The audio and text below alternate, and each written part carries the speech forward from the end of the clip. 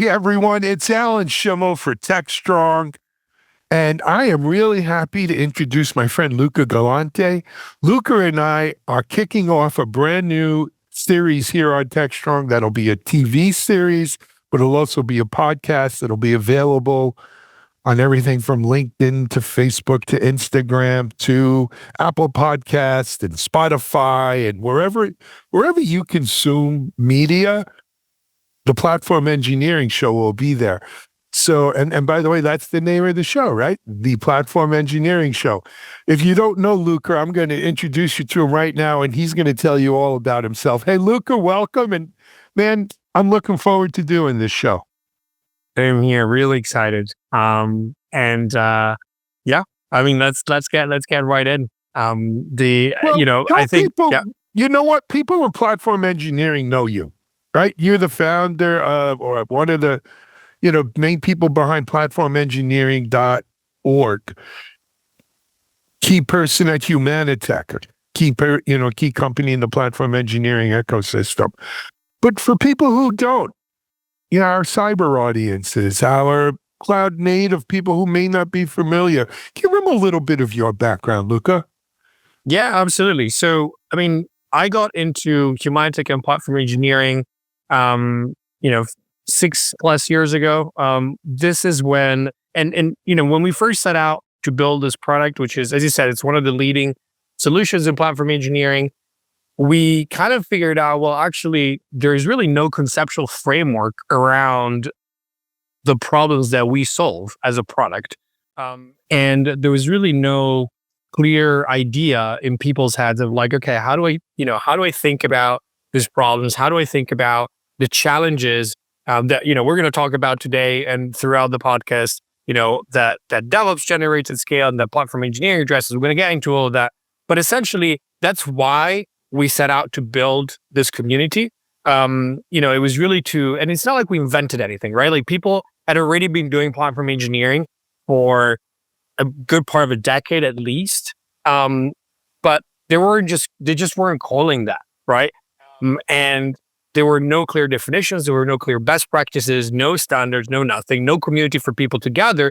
And that's kind of what we started doing 5 years ago. And that quickly grew to the number one community out there. It has over 35 meetup groups all over the world. We do PlatformCon, which is the biggest annual event in the space with over 35,000 people this year.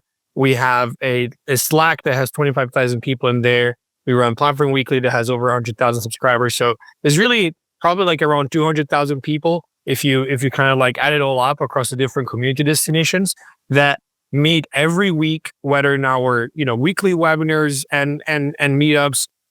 They consume the newsletter, they come to PlatformCon, and it's really exciting. We now started rolling out courses and certifications and trainings and a bunch of other things that we can talk about, and that keeps on growing. And this is also where we've decided then to really formally split that the entity from Humanitech as a product.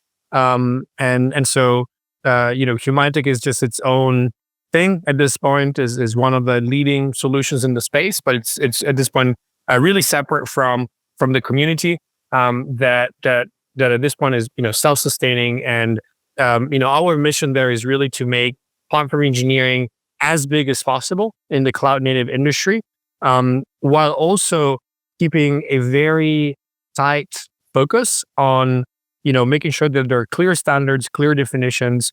I really want to avoid platform engineering ending up like a lot of other trends before it that where sort of like all vendors kind of like jumped on the bandwagon and kind of tried to like murk definitions because it benefited them a little bit more, and then eventually you end up in a place like GitOps that kind of like means everything and nothing. Nobody really knows actually what it is, and so I really want to make sure that we avoid that fate. And I think so far we had a really good focus on standards and blueprints and frameworks.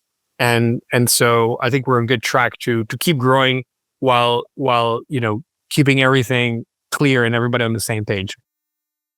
It's interesting. So in the old days, Microsoft used to describe what you're talking about as embrace and extend, right? They would embrace and extend things until it didn't look like anything that it originally looked at, right? It looked like what Microsoft wanted it to look like. But this is the way of, we've seen this over and over in technology, right? If vendors see money, basically, if vendors see market, they jump on it. But the way to control it, if you can control it the best you can, is to have some very tight definitions and to embrace the idea of like technical oversight committees and working groups that work on different things so that the innovation stays in the organization, not outside the organization. And I think that's kind of what you guys are doing at platformengineering.org. And there's a place in the world for vendors, right? We're going to have sponsors here on this show. You have sponsors there now. So it's not like we're anti-vendor or Absolutely, yeah. anti-companies, right? But you can't just let it run wild. Looking back on DevOps, for instance, right? And I've spoken to the people behind this decision, Patrick Dubois and Damon Edwards, John Willis, and Andrew Clay Schaefer, and so forth. And, they purposely didn't define. They didn't want to try to not box it in, but, clearly define what was in the box and what was out of the box. And even like when my co-founders and I started the DevOps Institute, for instance, they were very upset initially that, hey, how can you be certified in DevOps, for instance? How can you have a course in DevOps? DevOps is what you want it to be. The DevOps you get is the DevOps you deserve. But that doesn't work in the real world. People need boundaries. They need roadmaps. They need guide markers. You know what I mean? They need a path. 100%. I mean, that's what people come to the community for, right? They're like, hey, either what is platform engineering, right? And then, really like on that initial discovery, or what can it do for me, right? And really what they're looking for is a recipe, is not a kind of, find your own adventure and, and struggle through all of these things that actually other people have already figured out. But actually what they're looking for is like, okay, what have other people already figured out? What can I learn from them, right? And ideally packaged in something that's easy to consume, right? Whether it's like a reference architecture, a blueprint, whether it's like a framework to do things, whether it's a course, a training, that's what people really want. Yeah, absolutely. So you said people were doing platform engineering 10 years ago. I'll put forth the proposition they were doing the things that make up platform engineering a lot longer than that, right? One of the interesting things about platform engineering from where I look at it is it's sort of putting a wrapper on a lot of ops type of motion, a lot of different motions that we've been doing in IT for a long time, and grouping it and saying, okay, this is platform engineering. Yeah, you've been doing some of this over here. You did some of that over there. We put it all together and say, this is platform engineering. Now, of course, there's still people who say, well, how does platform engineering relate to DevOps, right? Is it like this? Is it like this? Is it like this? Give them your take. Yeah. And before I get into that, like, I think your initial point is 100% spot on, right? Like, if you really zoom out, the whole software engineering is like a history basically of building a platform on top of one another, like and progressively abstract more and more. So if you really like squint and zoom out, it's like everything is platform engineered. But if we focus on like what we mean on this podcast, is the, you know, I think it's helpful to understand where it comes from. And so, if you take a not too short walk down memory lane and you kind of go back, let's say, 20, 30 years, like the way software was developed, right? It was this typical, okay, you have the developers, the application developers developing something, and then you had this like mythical figure of the sysadmin somewhere, usually in the basement of the same building. Like actually, and the crazy thing is they were responsible for, real networking, right? Like buying servers, installing server networking them and so on.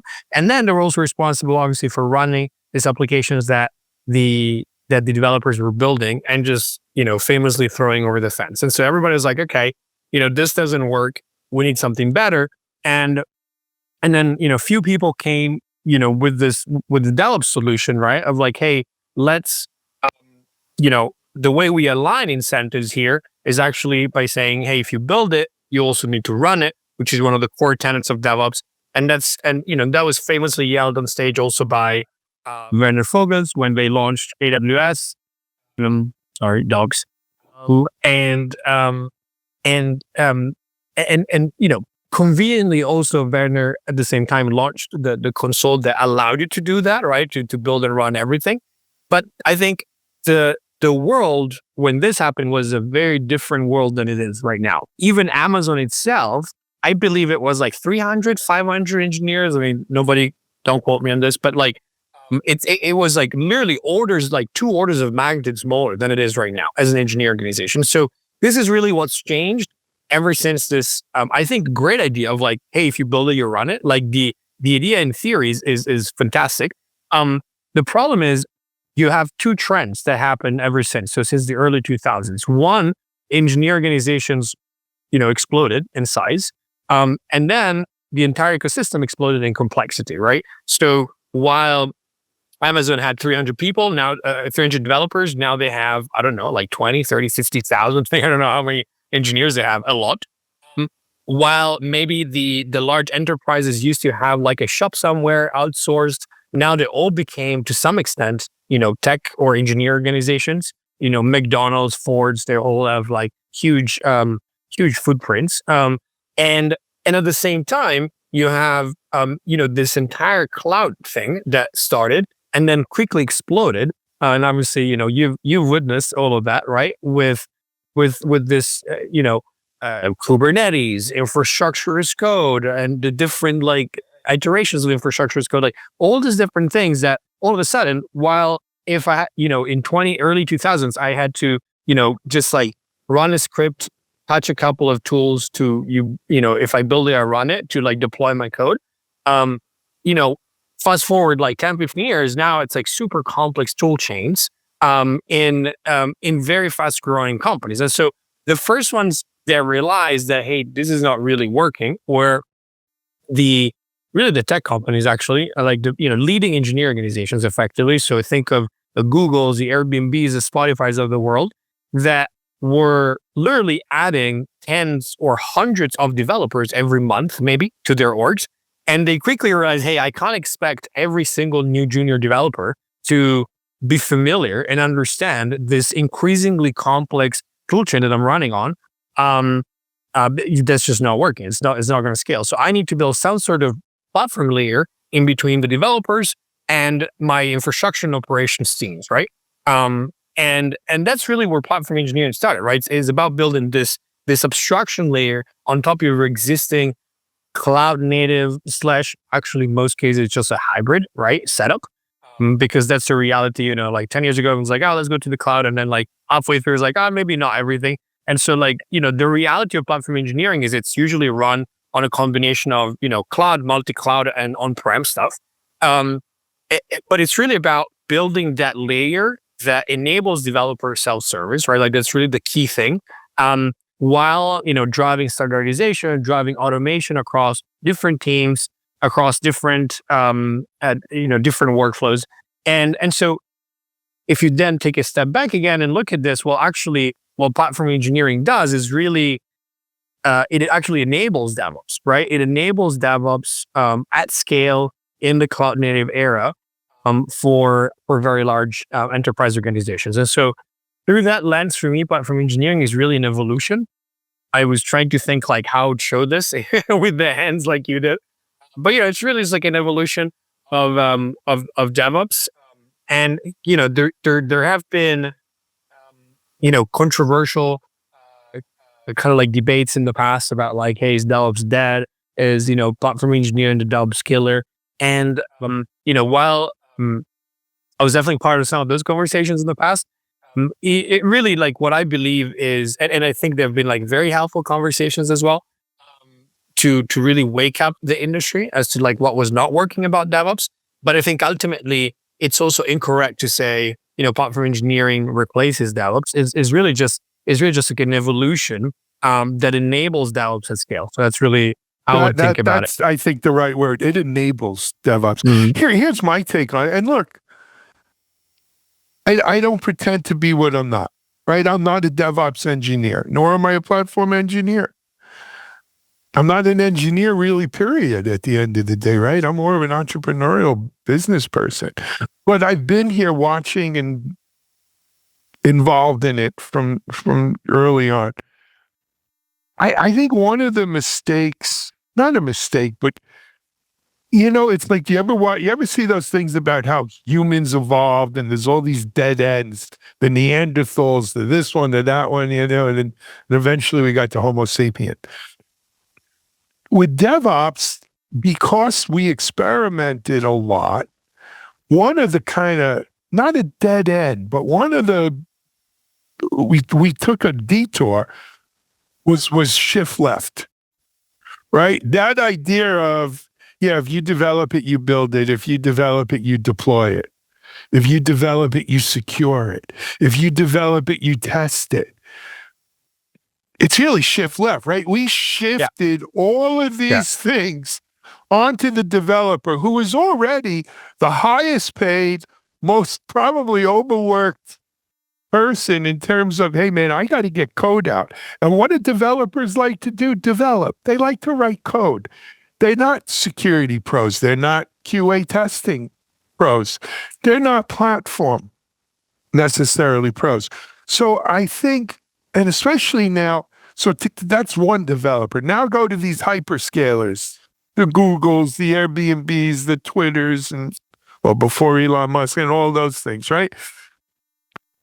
You take that problem and multiply it by 10, 20, 30,000 developers, and you got chaos. And I don't mean chaos engineering. You've got real chaos, right? And so in my mind, platform engineering is trying to make sense of that chaos. Give these developers a stable platform. I don't know if you want to call it an abstraction layer, because I think sometimes it's more than an abstraction, right? That they can build on. That's one less thing that allows them to do what they want to do, which is code. And that to me is and that's why it enables the whole DevOps thing, right? Oh, I got a nice base to build on. I got a foundation here. It's not like shifting, and it's not on me as the developer to do that while I'm coding, while I'm securing and test. And I'm going to deploy too. Well, and I think this is, to me, is very interesting, right? And I love to hear, because obviously, again, you witnessed it from very close. Like what was the, were there, conversations about this, like shift left and like, hey, is this actually the right thing? Absolutely. Because if I think about, okay, if you look at virtually like every industry in, modern Western civilizations, since the 1800s and the industrial revolution, basically every single industry has gone towards a trend of specialization, right? It's like from the assembly line, you just like go and like specialize more and more and more.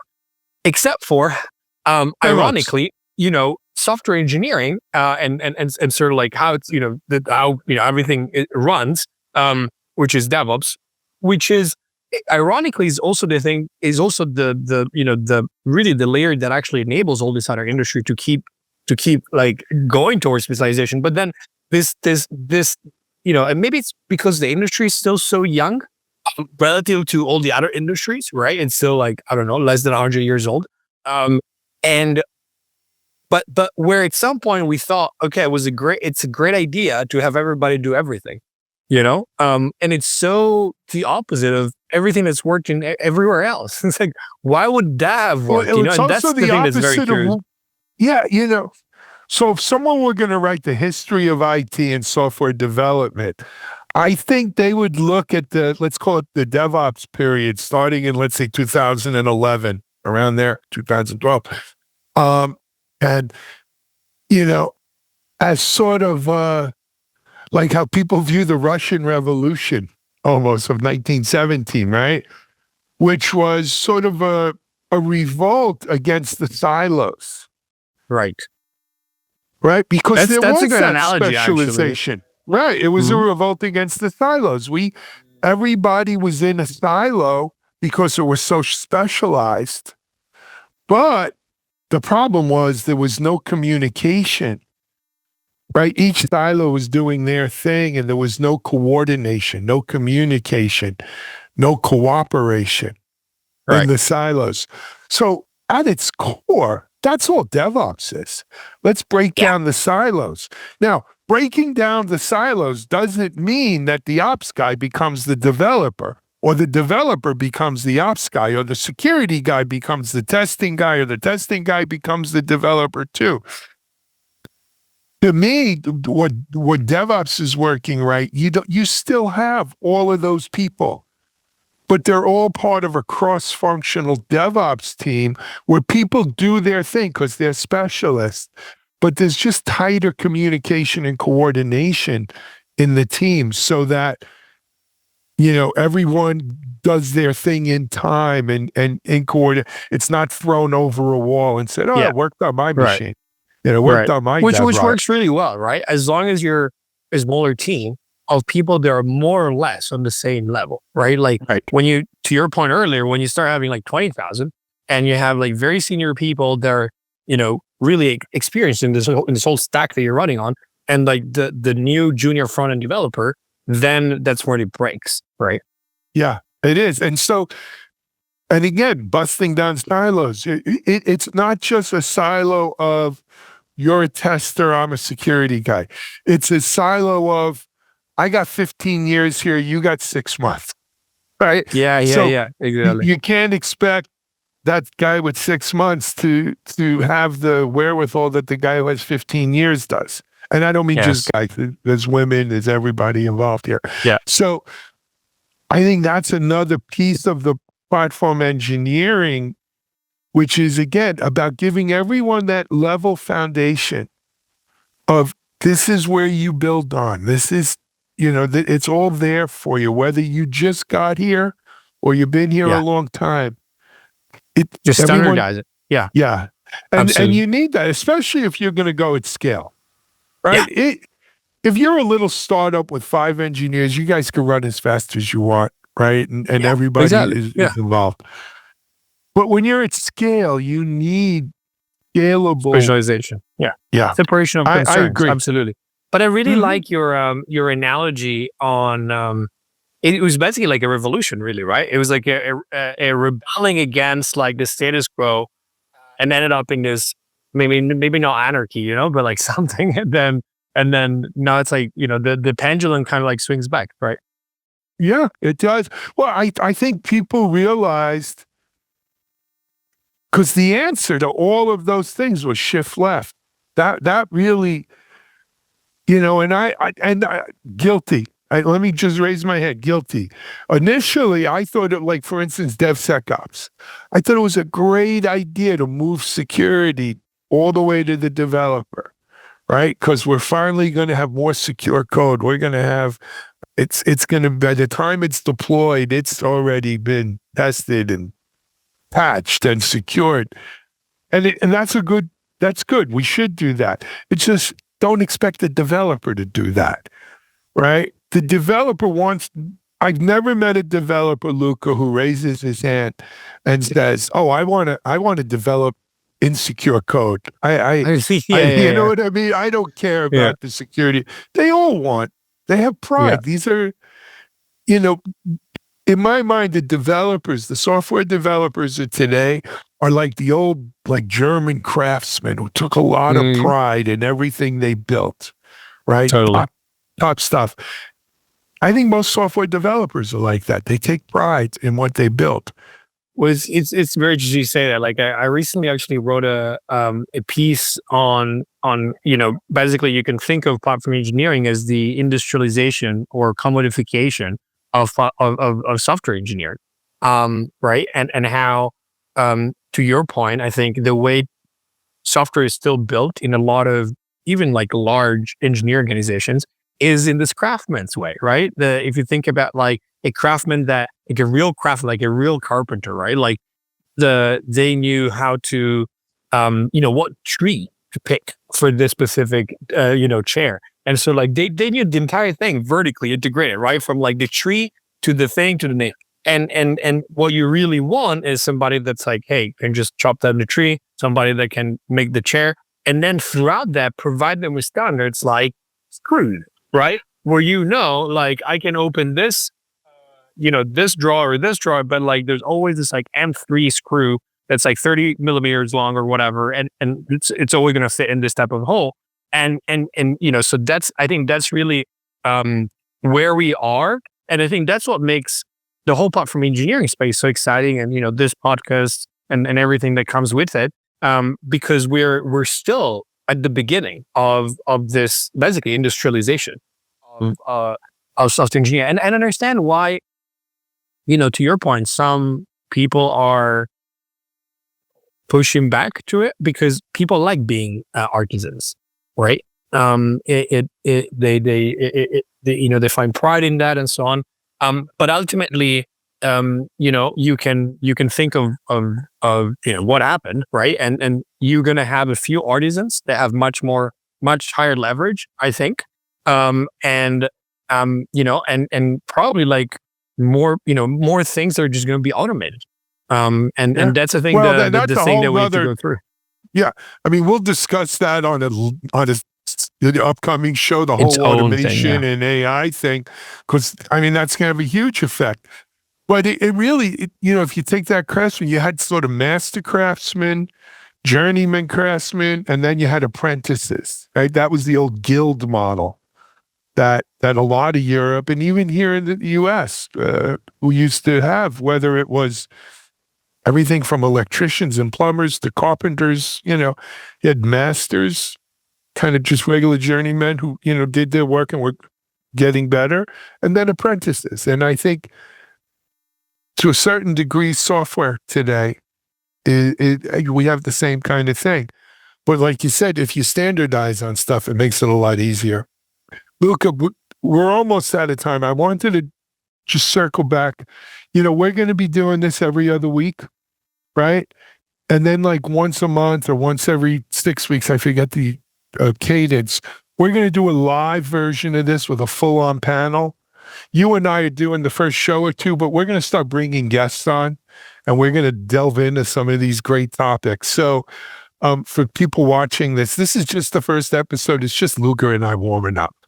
But Yeah. there's a lot more coming, man. It's going to be a great show. Yeah, I can't wait. And we have so many, insights and, stuff that we do in the community that I really want to bring here and surface for everybody to consume. So super excited to be doing this together. All right. Luca, platformengineering.org is the main site for the community, right? Any other, and we might as well give Humanitech a plug. What's their website? Well, humanitech.com, that's where you can go and find the best platform orchestrator in the market. But other, I think, the community destinations that might be interesting are platformcon.com. The event for 2025 is already live. People can go sign up for free or buy the tickets for our live days. We have a live day in New York, Very cool. a live day in London. Very excited about that. And, platformweekly.com also if you want to sign up for the newsletters. There's a lot more, but we'll stop there for now. Well, we'll start there. Also, platformengineering.com. That's our site where we'll be doing more of a commercial media take on the platform engineering community, though we'll feature content from platformengineering.org and these other sites as well. Luca, thanks so much, man. I think we're off to a great start. This is going to be a lot of fun. This will be fun. Thank you, Alan. Thank you, everybody. See you in the next Thank you, everyone. Have a great, well, we'll do one more show before Christmas, yeah? one. Oh, yeah. Yeah. Next week, we'll do one. All righty. All right, everyone. Until then, this is Alan Shimel, Luca Galante. You've just watched the very first Platform Engineering Show. Take care.